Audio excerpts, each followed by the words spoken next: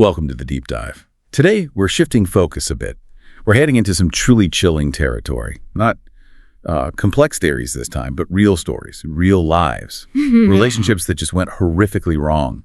These accounts really pull back the curtain on obsession, delusion, betrayal, the really dark stuff. So prepare yourself.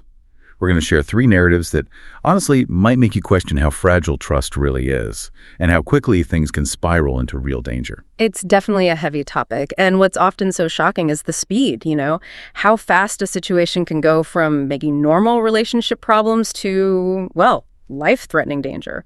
We're looking at how trust just shatters and how sometimes the biggest threats come from those we thought we knew best. Yeah, exactly. Our first story, wow, it's from a college student. Her relationship took this incredibly disturbing turn. She said her boyfriend seems okay at first, but then something just snapped. He found Jesus, was how she described it, and his entire personality seemed to warp. Almost overnight, he went from being, normal to claiming demons were speaking to him. He believed he was acting directly for God. That's a significant shift. Very alarming. Right. And his behavior escalated fast. He started talking, openly fantasizing about hurting people, even tried buying weapons from this shady friend they both knew. He got super controlling, physically abusive too. And the chilling part, she said he nearly killed her multiple times during the relationship. So understandably, she broke it off. Desperate to get away from him, she hoped that would be the end. But often, unfortunately, it isn't. No. The terror wasn't over, not even close. One night, she's walking back to her dorm after a campus meeting. She decides, spur of the moment, to grab some ice cream at the student union. A little detour. As she walks past her dorm, she gets this feeling, like she's being watched. Hears faint footsteps. She turns, thinks she sees someone, in a white shirt duck behind a big signboard. Oh, that immediate sense of dread. Her heart just starts hammering. She walks faster, listening. Then leaves rustling. Another sound. Movement. She whips around again, and there's a figure, his size, definitely, scaring from behind a tree. In the shadows. Couldn't see his face clearly, but she knew. Just knew it was him. Total panic. She forces herself to keep walking, faster now, hearing these, intermittent footsteps, ragged breathing behind her, pretending she doesn't know anyone's there. Right. Because she knew he owned a gun. And given how completely unhinged he was about the breakup, she thought, yeah, he might actually shoot me, right here. She finally gets to the student union. It's brightly lit, gets her ice cream, and just sits there. Frozen, absolutely terrified to go back outside onto those dark streets, thinking he might still be out there, waiting. Armed. Just paralyzed by fear, stuck. Exactly. And then her phone buzzes, her heart just leaps. It's a text from her friends. They've been walking a bit behind her, saw something worrying. The text just says, your ex is walking around the street. Simple, but terrifying. Before she can even reply, her phone rings. It's them, their voices, pure panic. Where are you? Your ex is prowling around near your dorm. He came back from the union direction, I think. He had a gun. Was he with you? What's happening? Oh my God. Confirmation. Yeah. She's panicked. Tells him no, he wasn't with her, but someone looking exactly like him was following her. And she's stuck. Too scared to leave. They basically yell at her, stay put, we're coming.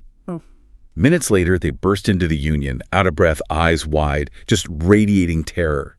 And she said what scared her most then was her friend's boyfriend. He's a black belt. Karate. She'd never seen him scared before, ever. But now, he looked absolutely terrified, coiled up, ready to fight, scanning the room like he expected the ex to just appear, gun blazing. That visceral fear in someone usually strong, that tells you how serious the threat felt. Totally. Her friends are like, we're getting you back to the dorm. We're calling the police now. They walk back, basically sandwiching her between them for protection. Fast as they can, the boyfriend is leading, yelling into the darkness, you better not try anything. They finally get her inside her dorm room. Her roommates are frantic, calling the police. And as they're looking out the windows towards the street, the side of the dorm, there he is, lurking in the trees right by the building, looking up. And a street light catches something shiny in his hand. A gun. No doubt. Their eyes lock. Yeah. And she sees this just raw rage in his eyes. It froze her.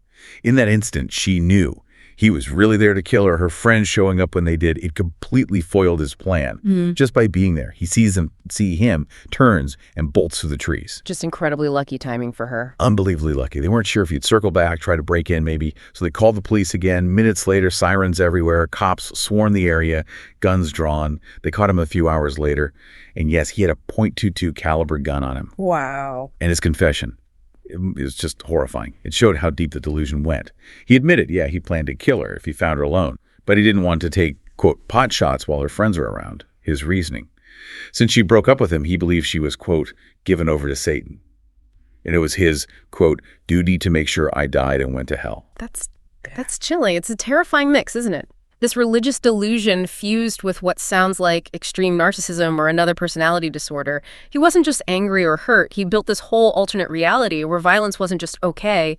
It was mandated, divinely ordered. That's often seen in delusional disorders. The conviction is absolute. You can't reason with it. And that makes the threat feel so incredibly real and inescapable for the victim. The fear must be immense. They're facing someone who genuinely believes they're righteous in their intent to kill. That absolute certainty in his twisted logic. And that's what gets me. It's terrifying. What are the common threads you see psychologically when something like a breakup triggers such a complete break?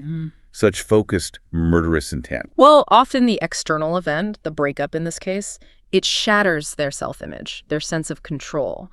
For someone maybe with a very fragile ego or certain underlying disorders, that rupture can trigger, well, sometimes a psychotic break. Their internal narrative, often quite grandiose or distorted, just completely takes over. This perceived duty or justice becomes everything. It overrides any sense of morality, any empathy. It's a terrifying way to rationalize murder. A terrifying rationalization indeed. Yeah. So what happened to him? He went to jail initially and then later transferred to a mental hospital, and she moved out of that dorm like a week later. Couldn't stand the thought he might somehow get out and find her again. Even years down the line, she was still incredibly paranoid, nightmares all the time, him staring through the trees, gun, that rage in his eyes. It just leaves a permanent scar, doesn't it? Absolutely. A truly harrowing ordeal. Okay, so from that kind of overt, religiously twisted rage, we move to something different. Quieter, almost. Calculated. Silent Andis. Another story of betrayal, but this time, well, it's an incredibly insidious attempt on someone's life. This one involves an ex-girlfriend. The breakup was very recent, just a couple of days. She was still getting her stuff out of his house. Okay. So the narrator, the guy, he gets home from the gym. His ex had texted him saying she was done. She'd collected her things and left. First thing he notices, all the lights are off inside. Weird. Except the porch light. The second he opens the front door, whoosh, this overwhelming, sickening smell of gas hits him. Oh no. Instantly dangerous. Yeah. His immediate thought, furnace line rupture. So crucially, he leaves the lights off. Doesn't flick any switches, smart move, goes down to the basement, checks the furnace, the line. No gas smell down there at all. Comes back upstairs. His stomach just drops when he walks into the kitchen. There it is. One of the stove burners. Turned on high, but not lit. Just pouring gas into the house. Wow. Deliberate. He slams it off, hands shaking. Throws open all the downstairs windows, trying to air the place out. And the horrifying part wasn't just the gas. It was realizing it had to be deliberate. That stove knob, you had to push it in and then turn it. It couldn't just accidentally get knocked on. Someone did that. Clearly intentional, malicious. Exactly. And the danger, catastrophic. If the thermostat had kicked the furnace on while he was gone, or if he just walked in and flipped on the kitchen light without thinking, boom. A single spark could have caused a massive explosion. The house, him, even his cats. Yeah. Gone. Just horrific to contemplate. And then it clicked for him. He remembered this joke she'd made once. During an argument, maybe. Something he'd kind of brushed off at the time. She said, if I can't have you, no one will. Hearing that echo in his head, seeing the stove, and he vanished. He was 100% sure she did it, intending to blow him up, make it look like an accident. That highlights a really disturbing type of aggression. Covert aggression. It's calculated, insidious. It's designed to cause maximum harm, potentially lethal harm, but leaves the perpetrator with deniability.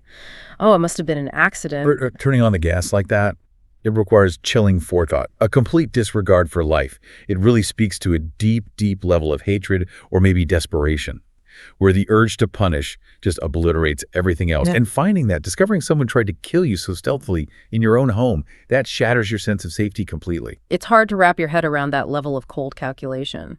Disguising murder as an accident, psychologically, what kind of person uses such an indirect but totally destructive method instead of, say, a direct confrontation? Well, often individuals who lean towards covert aggression might fear direct conflict, or maybe they feel powerless in open confrontation. Or sometimes it's linked to narcissistic traits, this belief they're smarter, they can get away with it, they're above consequences.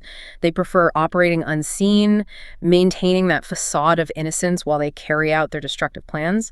It's fundamentally a power play. Control, terror, it reveals a lot about manipulative tendencies and a severe lack of empathy. Chilling stuff. Okay, our final stories. These shift again, more towards raw physical aggression, immediate reckless revenge. One narrator shared this almost unbelievable side note first. Yeah. Said an ex once tried to stab me over eating the last can of beef ravioli. Wow, okay. That's extreme. Right. Gives you a picture. But let's focus on his more detailed story from high school. Same narrator. He describes his high school girlfriend confronting him. They're in her car. She's accusing him of cheating. Her proof, totally flimsy. She just overheard some other girl saying she wanted to go out with him. So in her mind, obviously that meant he was cheating. Jumping to conclusions. Intense jealousy, perhaps. Totally. He tries to calmly deny it, explain he wasn't cheating, gently suggests maybe she's being a bit irrational. Her reaction, instant violence. She slaps his sunglasses right off his face, hard, cuts him, leaves this 4-inch gash from his nose across his cheek. Then she glares at him furious and just tells him, get out. Immediate physical response to perceived criticism. Another red flag. So he's stunned, bleeding, but he gets out. Starts walking away. Then he hears it, the engine roar, revving loud behind him. He turns instinctively, and there she is in her muscle car, aimed right at him. She's accelerating, coming at him fast, maybe 30 miles an hour. Oh my God, attempted vehicular assault. Exactly. Luckily, there were these concrete pillars nearby, separating the parking lot from a walkway. Split-second reaction, he dives over one of them, just as she slams the car right into it. Missed him by inches. Inches. Needless to say, relationship over right then and there. And the kicker, the irony, he never cheated on her, but later found out she had cheated on him.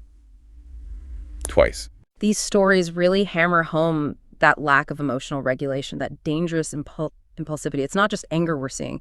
It's disproportionate rage, destructive rage, triggered by perceived betrayal, even if it's completely baseless, like in this case. And that act, aiming the car, that moves beyond just reacting. That's proactive aggression. The intent to cause serious harm, maybe kill, completely takes over. It shows a severe deficit in impulse control. And what's so unsettling is the speed, how fast it goes from arguing to attempted murder. Yeah, that jump is jarring. Accusation to attempted vehicular homicide. From a psychological view, when someone shows that profound lack of emotional regulation you mentioned, are there usually warning signs before it gets that extreme, things people might notice in the relationship? Often, yes. You might see a pattern. Extreme reactions to things that seem minor. Intense jealousy, possessiveness, like you noted earlier. A tendency to blame their partner for their own feelings, their own anger. Sometimes there are cycles, intense affection, followed by sudden explosive rage, almost like a switch flips. Someone who lacks that regulation, they struggle to process emotions internally, so they externalize them, often through aggression. They might genuinely see their partner as the cause of their distress, rather than their reaction being the problem. Recognizing these patterns early is so important. They are strong indicators of potential danger down the line. These stories they're a stark reminder, aren't they? That real horror isn't always supernatural. Sometimes the most terrifying things emerge from the closest connections we have, relationships turning unbelievably dark, and the impact on the survivors. It lasts. It's a heavy truth. It truly is. And as you, listening, reflect on these accounts, it's worth thinking about those red flags, often subtle, maybe easily dismissed early on. But they're there. Trusting your gut feeling, that little voice saying something's not right, prioritizing your safety, it's vital. It really brings up a question for you to consider. Looking back, maybe not in your own life, but situations you've observed, what warning signs might have been overlooked? And how can hearing stories like these, as disturbing as they are, maybe sharpen your own awareness, your intuition, help you navigate things with more care? Absolutely. If these stories resonated with you, if you found them compelling, even unsettling, and you appreciate us bringing these true accounts to light, please do make sure to like, share, and subscribe to our channel, Horror Docs. Your support really does help us continue sharing these chilling narratives. Until next time, stay vigilant, stay aware, and remember, the best things happen in the dark.